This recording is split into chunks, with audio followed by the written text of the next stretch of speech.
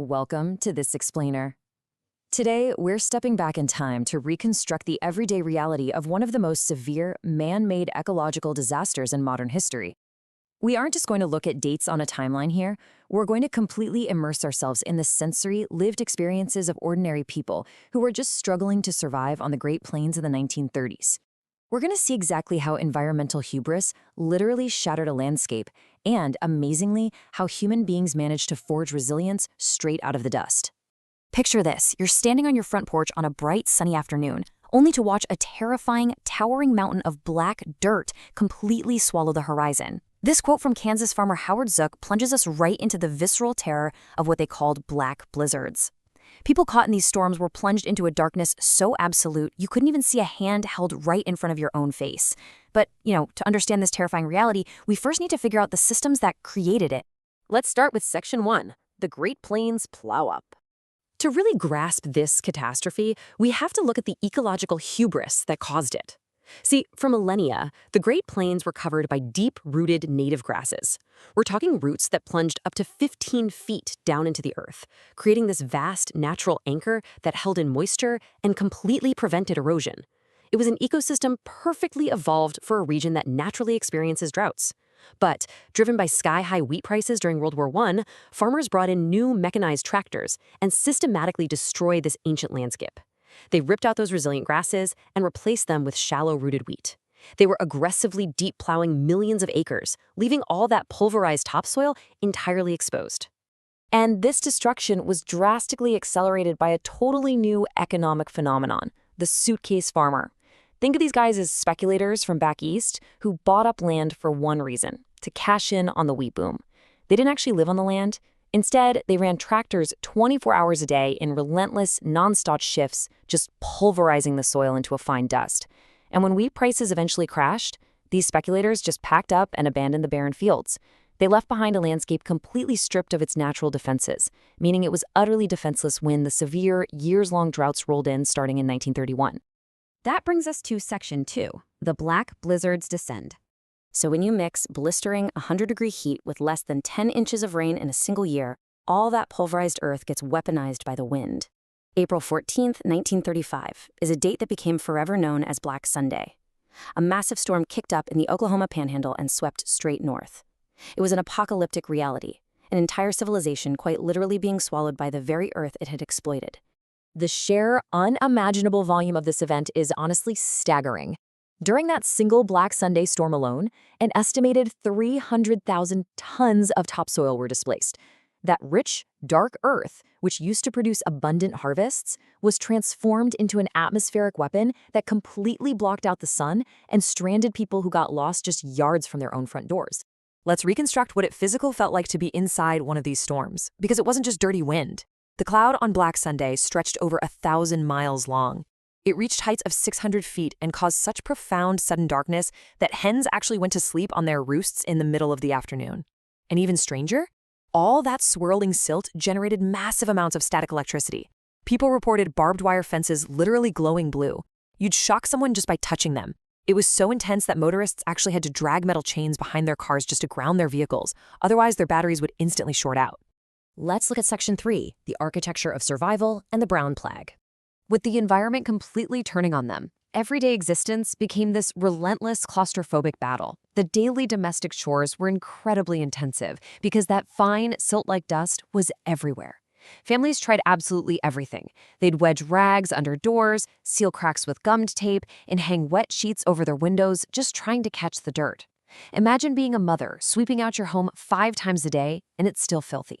Food prep was a total nightmare. Women resorted to kneading bread dough inside closed dresser drawers with a cloth over top, just to keep the grit out of their meals. And after a heavy night storm, kids often had to climb out their windows to literally shovel massive soil drifts away from the front door so the family could get out of the house. Since traditional agriculture had failed completely and livestock were starving or actually dying from eating too much grit, how did people eat?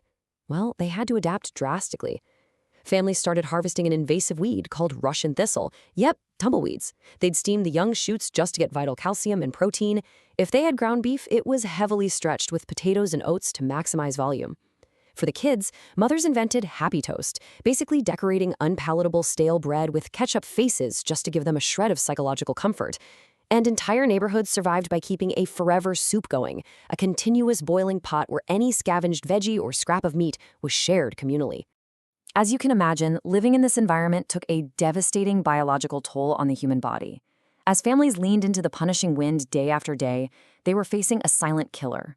That dust wasn't just on their plates and in their beds, it was settling deep, deep into their lungs. This constant inhalation led to a terrifying epidemic of dust pneumonia, or what they called the brown plague.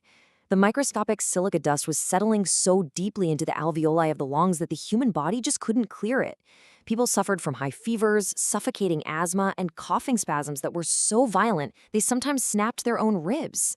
The American Red Cross tried to help by distributing thousands of masks, but they often got clogged by the moisture of a person's breath, basically turning into suffocating mud pies right over their faces. Tragically, this horrific illness claimed the lives of thousands, especially infants and the elderly. Moving into Section 4, Exodus and Agrarian Adaptation. Faced with total ecological collapse and deadly illness, the old frontier myth of rugged individualism was totally shattered. Roughly 1/3 of all farmers on the plains realized they just couldn't hold on anymore. Bankrupt and desperate, they packed their families into whatever jalopies they had and joined a massive exodus west. They were heading for the green, irrigated valleys of California, praying they'd find agricultural work. But when they got there, these formerly self-sufficient farmers hit a wall of brutal, systemic prejudice. They were derisively stereotyped as dumb Okies. Unable to afford any real housing, they were forced into squalid squatter camps, ditch encampments, and disease-ridden Hoovervilles down by the riverbanks, all while fiercely competing for grueling subsistence-level labor. In response to this growing humanitarian crisis, the federal government stepped in to construct places like Weed Patch Camp in California. Run by the Works Progress Administration, these camps offered way more than just clean water and a sanitary tent. They were crucial spaces of empowerment. They gave exhausted migrant families a real respite, a safe place to heal from the trauma of the dust, and a chance to regain the basic material means and dignity needed to take back agency over their own lives. And this brings us to one of the most profound, inspiring stories of human adaptation from this whole era. The migrant children living at Weed Patch Camp were heavily ostracized, constantly bullied, and effectively pushed right out of the local California public schools. Seeing this absolute injustice, a progressive superintendent named Leo Hart stepped up. He leased 10 acres of land right next to the camp to build the Arvin Federal Emergency School. The catch? They had almost zero funding and only 2 condemned buildings to start with. Against those staggering odds, 50 undernourished migrant kids built their own school literally from the ground up. They learned how to manufacture adobe bricks out of the local soil. They dug their own waterline trenches. They built their own wooden desks. And incredibly, they dug and built the very first public swimming pool in all of Kern County. Superintendent Hart rolled out a totally revolutionary curriculum for them. Alongside regular academics, these incredibly resilient kids learned highly practical skills to restore their pride and self-sufficiency, things like animal husbandry, food canning, shoe cobbling, and even airplane mechanics. It was such a massive success that, eventually, the local community that had once bullied them actually asked if they could send their own kids to the Okie school. The story of the Dust Bowl leaves us with a stark, lingering truth. When our agricultural and ecological hubris completely shattered the landscape, the myth of rugged, isolated self-reliance died right there with the crops. Survival was only found when people were forced to adapt, to forage, to care for each other's sick, and to build entirely new communities from the dirt up. So it really leaves us to ask ourselves today, when our own environmental realities shift in the future, are we prepared to forge that exact same kind of collective resilience? Thank you so much for joining me for this explainer, and keep exploring the incredible, complex realities of our shared human history.